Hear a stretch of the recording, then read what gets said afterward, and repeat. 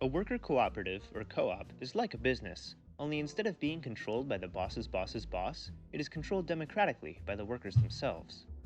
Every co-op has a constitution. I also ranked sodas. Sorry, I'm going to derail from a very important and serious discussion to more nonsense. Let's go down my listings here.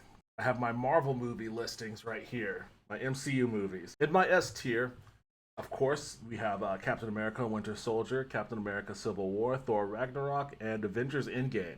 There might be a little bit of pushback on the Endgame one. I know that generally speaking, the Marvel fandom has elite regard for the first three movies, and they just generally like some wiggle room on Endgame, whether it was really if it was all it was cracked up to be, hype wise.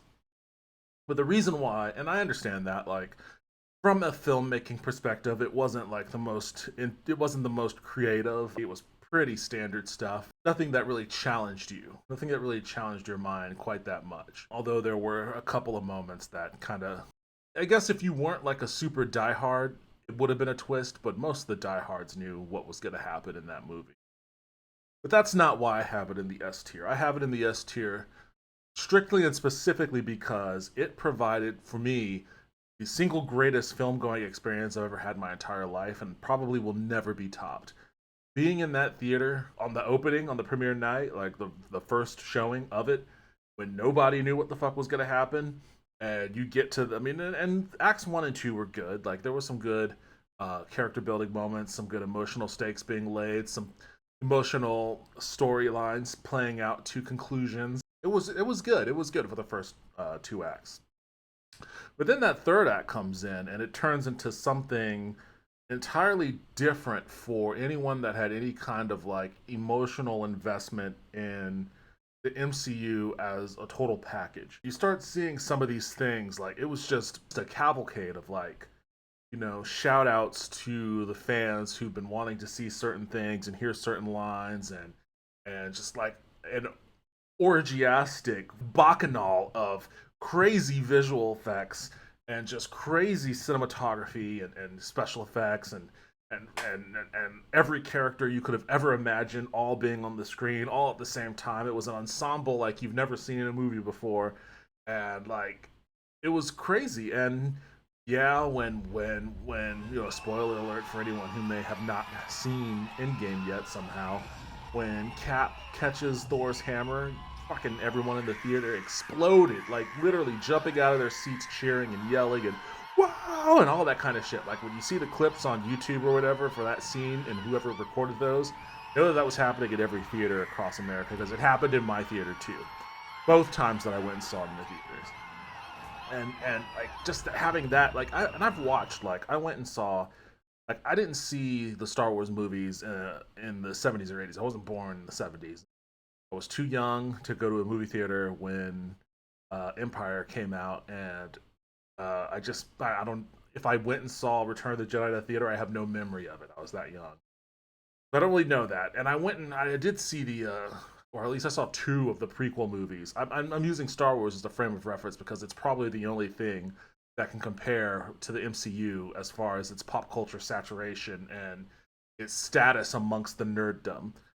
So like Star Wars is probably the only thing, maybe Harry Potter, but I'm only using Star Wars as a frame of reference because I did go see those prequel movies, or at least two of them. I saw Phantom Menace and Revenge of the Sith in the theater, and I saw Force Awakens. Well, I saw that entire trilogy in the theater too, but Force Awakens was the big one because that was the first one after however many years it was since Revenge of the Sith, and it had J.J. Abrams and looked really cool. It was going back to practical effects and going and being shot in on location places and not all in front of a green screen and all of this really cool stuff. And there was a lot of hype over it.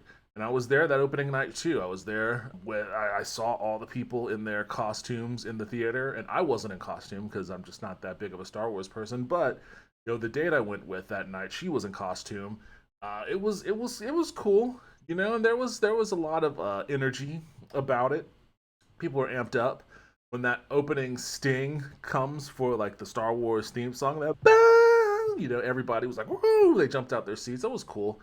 And it was a good movie. Force Awakens was, but even that didn't come anywhere close to the level of intensity and just sheer, shared moment, shared experience with everyone that just felt like it was such a cathartic thing to see. Like everything that was happening on the screen, there was a catharsis that it was bleeding out of the crowd, and it was a moment, man. And then when all of that uh, culminates into, again, spoiler alert for Endgame, when that culminates into Iron Man's death, it's an emotional ride, and like the highs of that whole scene, the whole battle, Avengers assemble and catching the hammer and everything else, like it exposed our raw nerve, our raw energy, our raw emotions. It brought it up to the surface and made it very raw and sensitive, and then it stuck a needle right in it. Uh, when Iron Man died, we were all feeling it. Man, I heard so many people sniffing, and I was one of them that was trying not to. I was trying my hardest not to sniff because I knew once I let it out, it was. I mean, and honestly, I'd been bawling for most of that third act. Like pretty much, once Cap caught that hammer, it was all tears until probably funeral scene. And then when Cap goes back in the past, it was fine. And in the credits, it was fine until, and this again, this was also like a big shared experience in this viewing. That wasn't the only one that was going on this ride. Pretty much the entire theater was going on this ride with me. The credits happen, and it starts doing the signatures for the main cast. That's when it all happened again. Like just the floodgates right out my eyes, just tears pouring down my face, and everybody in the theater is like standing up, cheering, giving a standing ovation, applauding the signatures and all that sort of stuff. And then, like, of course, it ends with Robert Downey Jr., Tony Stark, and dude, that's how the movie. Because then it ends, and then it's credits, and then like the real credits, not the cinematized credits.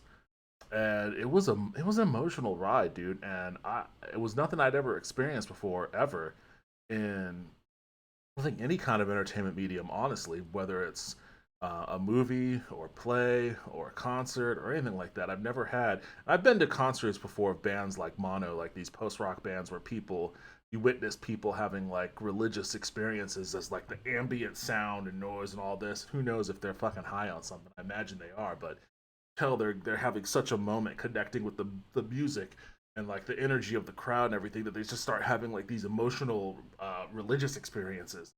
And I've never had that before. I'm not saying that Endgame was a religious experience, but it was an intense shared experience with everybody in that crowd, and something that I had never experienced before. Probably won't ever experience again. Like it's a rare thing. So because Endgame gave me that moment, it's S tier. It earned its S tier spot for that alone. So don't at me. It's just my vibe. Anyways, my A tier MCU movies, Spider Man Homecoming, Black Panther, and Avengers Infinity War. Yeah, I think that's probably right. I love Spider Man Homecoming. That was such a fun movie, and Black Panther was great on a number of different levels. I mean, whenever you can have like an entire country screaming in unison that like, or semi unison that the villain was right, you probably, but they don't hate the hero also, yeah, and understand where he's coming from, then you probably did something really well with your story, and that had a really great, um, was a really awesome lens with which to view um, both the uh, African diaspora and also the American relation, the African American relation to it. I could talk at length about that. I won't and I won't right now because it deserves like its own sort of drill down. So I'll just say that for those reasons, and also it was just a fun movie. It's in my A class. And Infinity War, much the same as it's like the scaled down version of Endgame, in my opinion. Like it had some cool moments for certain, some really cool things that happened, but it wasn't until the end of Infinity War. That was also a shared movie theater experience when people start dusting away, and then credits, and then I could just feel the melancholy and the shock in the crowd, when they saw that happen. Yeah, we all knew that it wasn't going to be like a forever thing, but even still, like being made to witness it is its own experience in its own right. So for that reason, I have it in my A tier. It also gave me a cool movie theater moment. Ant Man was a good movie. I don't think it was like this. This B column are movies that I think are good movies, but like, you know, that's all they are. There's nothing special about them.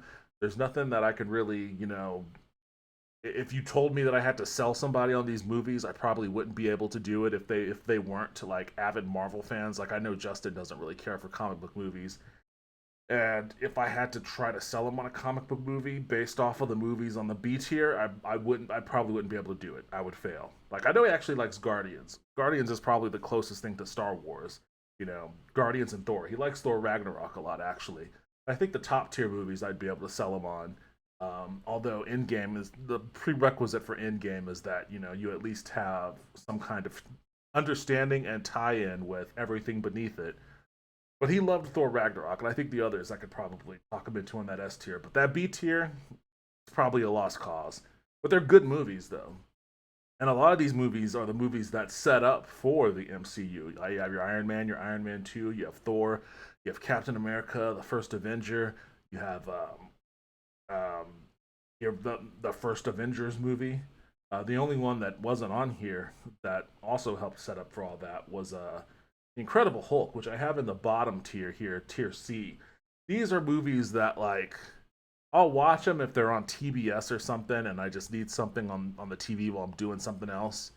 They're good for that, but not much else past that. Like they're not really good, but they're not awful either. They're just kind of movies, and they're fine for what they are. I mean, the best movie in this group probably being Ant Man and the Wasp. Although maybe I don't know. I'm think I'm harder on Doctor Strange than most other people are. But that's my C tier. And then at the bottom of the barrel you have Age of Ultron, Thor: Dark World, and Captain Marvel, which I think are the three movies that are universally regarded as the not good Marvel movie. Although I'm sure there's a lot of contention around the Captain Marvel one. I don't have any problem with the character or Brie Larson. Just wasn't that fun of a movie for me, in my opinion. And Thor: Dark World, just a lame movie. I don't know what else to say about it. It was just lame. Like it just didn't have anything that was like impactful. Like the first Thor movie was a very fun movie. It was a light movie, but it was a light movie with some heavy themes, and it had some really great moments. Like the villain of it was Loki, but his motive was much more personal and emotional. Like you could see where he was coming from, and even sort of kind of root for him. And that ending scene where he lets go of the Bifrost and falls into like that black hole. I mean, that was painful. That was a pained scene, and you really felt sorry for him. You know, there was a lot of great about that movie based on the fact that it wasn't like a save the world kind of thing at all. Like the world was not in danger. It was a very personal story about Thor and Loki and Odin, and it had a great soundtrack. I love the soundtrack for the first Thor, and it was just a fun movie in that regard. And Thor: Dark World was the opposite of all of that. Like they introduced these crazy villains that these dark elves from deep space, and they're just like vaguely evil, and they want to just conquer things, and they have some mysterious power that just allows or technology that just allows them to show up wherever they want and just be marauders. And I don't know, it was just not a good movie. It was the opposite of everything that Thor was, and Thor I think is a good movie. And Age of Ultron is just Joss Whedon shitty. That is what it is. So that's my Marvel ranking. That's my MCU ranking.